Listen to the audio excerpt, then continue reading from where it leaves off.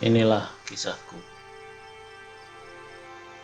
Suatu hari aku berangkat pagi-pagi untuk berjualan.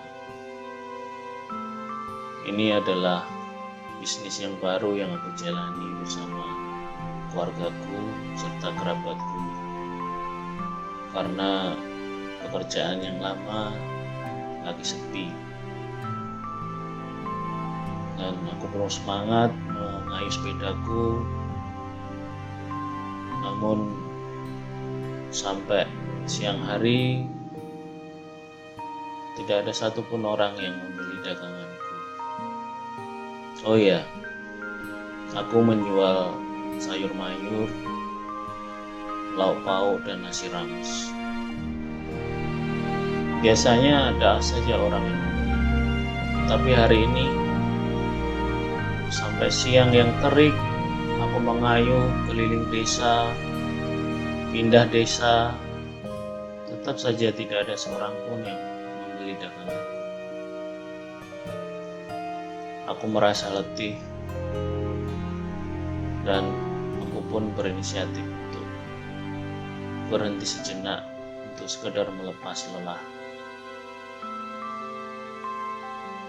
Aku tidak tahu kenapa hari ini rasanya aneh. Kenapa tidak ada orang yang membeli satupun? Aku pun berhenti di sebuah pohon dan bersandar di situ sambil sejenak beristirahat.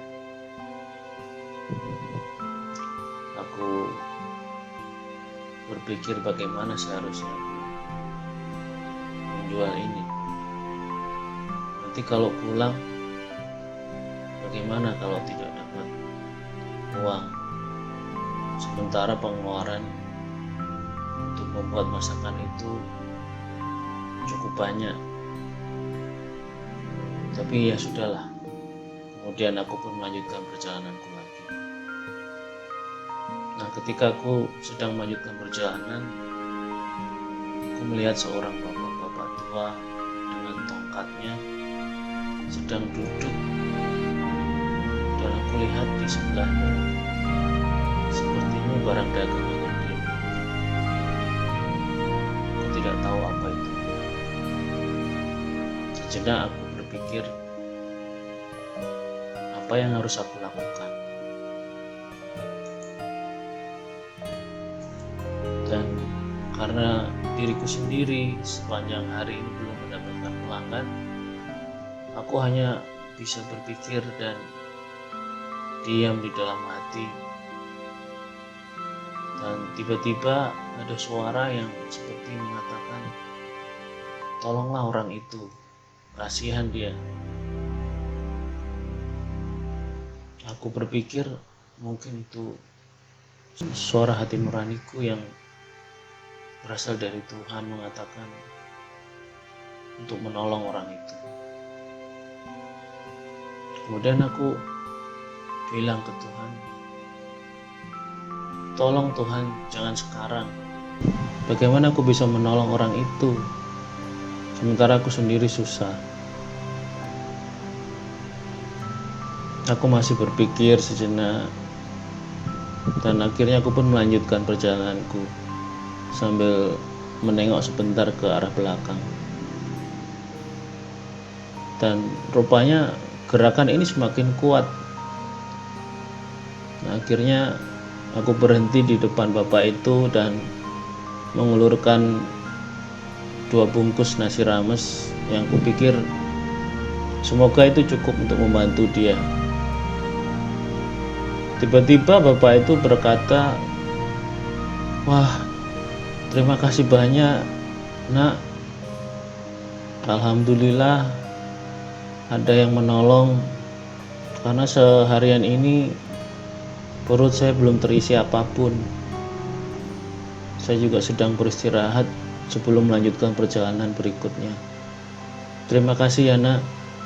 Semoga daganganmu laku dan kamu bisa lancar rezekinya. Saya pun berkata, terima kasih Pak. Terima kasih doanya.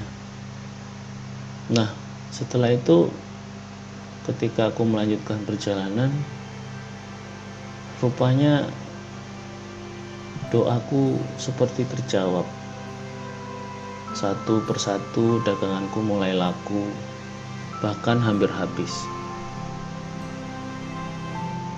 Sejenak aku menitikkan air mata karena sungguh aku telah melakukan kesalahan ketika Tuhan meminta aku untuk menolong orang dan aku masih bernegosiasi tentang itu. Seharusnya ketika hati nurani bicara dan Tuhan meminta aku menolong orang, aku harus melakukan itu. Dan hari ini terbukti bahwa kuasa Tuhan itu besar. Aku sungguh bersyukur bahwa apa yang aku lakukan bisa menolong orang, dan aku diingatkan untuk selalu menjawab apa yang Tuhan inginkan aku lakukan, meskipun kadang itu berat. Untuk menolong orang, kita tidak harus menjadi kaya dulu. Bahkan pada saat keadaan kita sulit pun, kita seharusnya masih bisa menolong orang lain. Karena bisa jadi mereka benar-benar membutuhkan pertolongan kita. Kiranya kisah ini bisa menjadi satu pelajaran buat kita semua dan buat saya pribadi, bahwa menolong orang itu tidak harus menunggu sesuatu terjadi. Kiranya Tuhan memberkati. Terima kasih.